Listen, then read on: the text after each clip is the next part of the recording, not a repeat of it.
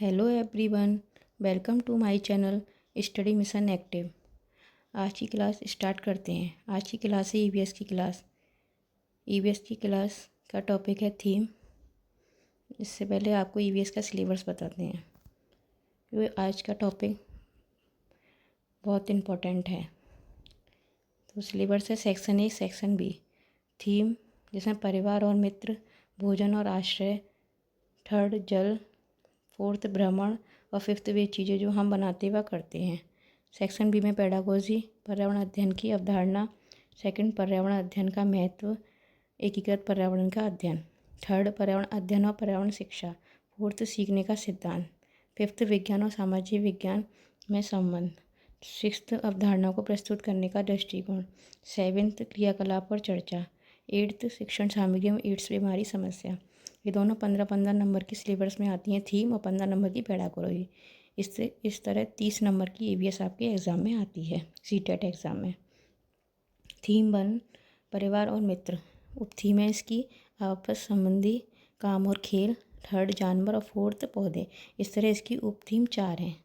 तो आपका topic start करते हैं, परिवार और मित्र। इसमें प्रश्न फर्स्ट है, भारत की आज़ादी से पहले गांधी की दांडी यात्रा एक प्रसिद्ध यात्रा थी। वह भारत के किस राज्य से स्थान से संबंधित है? आंध्र प्रदेश, कर्नाटक, महाराष्ट्र या गुजरात? तो गुजरात से। प्रश्न दूसरा, बच्चों को पर्यावरण सीखने में प्रभावशाली तरीके से जोड़ा जा सकता है? वृत्तांत से, कहानियाँ से, शिक्षक के द्वारा अवधारणाओं की प्रभावशाली व्याख्या से, या डी, शिक्षक के द्वारा अवधारणाओं का प्रभावशाली प्रदर्शन और व्याख्या से? तो इसका फर्स्ट ACD आएगा, या केवल ए और बी आएगा, या केवल CD, या ABC? तो इसमें ए और बी आएगा, जिसमें वृत्तांत और कहानियाँ हैं। तो ये राइट है। सेक्शन ए, परिवार और मित्र। अब सामाजिक अध्ययन के अंतर्गत पर्यावरण और मित्र मूलभूत इकाइयाँ होते हैं। पर्यावरण अध्ययन बच्चों के विकास के लिए रचनात्मक और करके सीखने पर जोर देता है। पॉजिटिव पॉइंट है, रचनात्मक और करके सीखने पर जोर देता है, जिसमें परिवार की और उसके मित्रों की सबसे ज़्यादा और महत्वपूर्ण भूमिका होती है। नोट, परिवार और मित्र संबंधों से एक दूसरे के कार्यों से जुड़े होते हैं। इसके अलावा खेल, पशुओं और पौधों को भी इसके अंतर्गत जोड़ा जाता है, पशुओं और पौधों को। नोट है कि परिवार और राज्य की भूमिका। वर्तमान में भारत में राज्यों की कुल संख्या 28 है, तो केंद्र शासित प्रदेशों की संख्या 8 है। उत्तर प्रदेश राज्य से सीमा साझा करने वाले पड़ोसी राज्य हैं।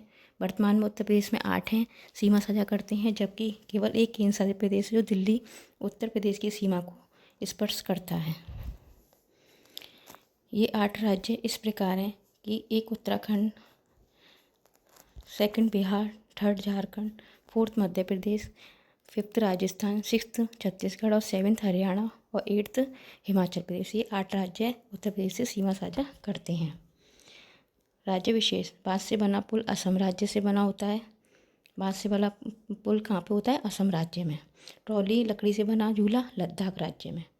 या आपसे ऐसी फैक्ट डायरेक्ट आएंगे ईवीएस में कि बल्लभ जो लकड़ी से बनी छोटी नाव होती है वो केरल में। फोर्थ, ऊँट गाड़ी कहाँ पर होती है? राजस्थान में।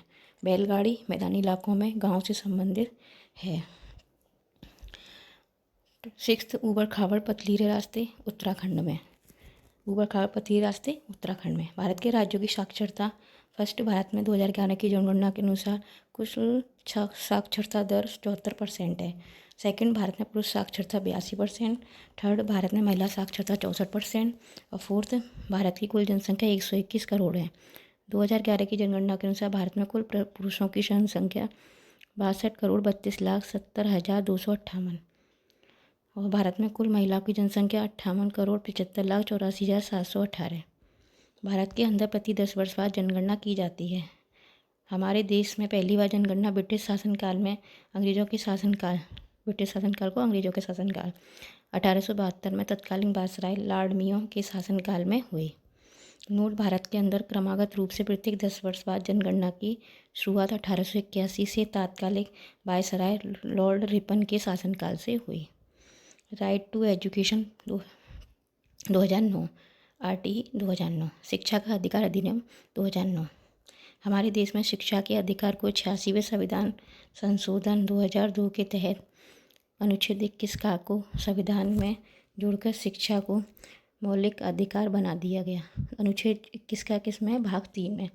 लेकिन भारत सरकार ने एजुकेशन फॉर ऑल यानी कि सबके लिए शिक्षा को ध्यान में रखते हुए RT 2009 पास किया है, जिसमें 6 से 14 वर्ष की आयु के सभी बच्चों को निःशुल्क एवं अनिवार्य शिक्षा प्रदान करने का प्रावधान है। नोट RTE एक्ट पूरे देश में 1 अप्रैल 2010 से लागू हुई। कब हुई? 1 अप्रैल 2010 से। भारत में कुछ राज्य और उनकी भाषाएं या बोलियाँ। राज्य और बोलियाँ तो राज्य हैं गुजरात गुजराती, कर्नाटक में कन्नड़, केरल में मलयालम, लक्षद्वीप में मलयालम, गोवा में कोंकणी, दादरा नगर हवेली और दमन दीव इसमें गुजराती। तो आज के EVS का टॉपिक आपको बता दिया है परिवार और मित्र और उस राज्य के बारे में। आज की क्लास यहीं समाप्त करते हैं। प्लीज़ चैनल को लाइक करें एंड सब्सक्राइब करें। मिलते हैं आपको नेक्स्ट क्लास के साथ।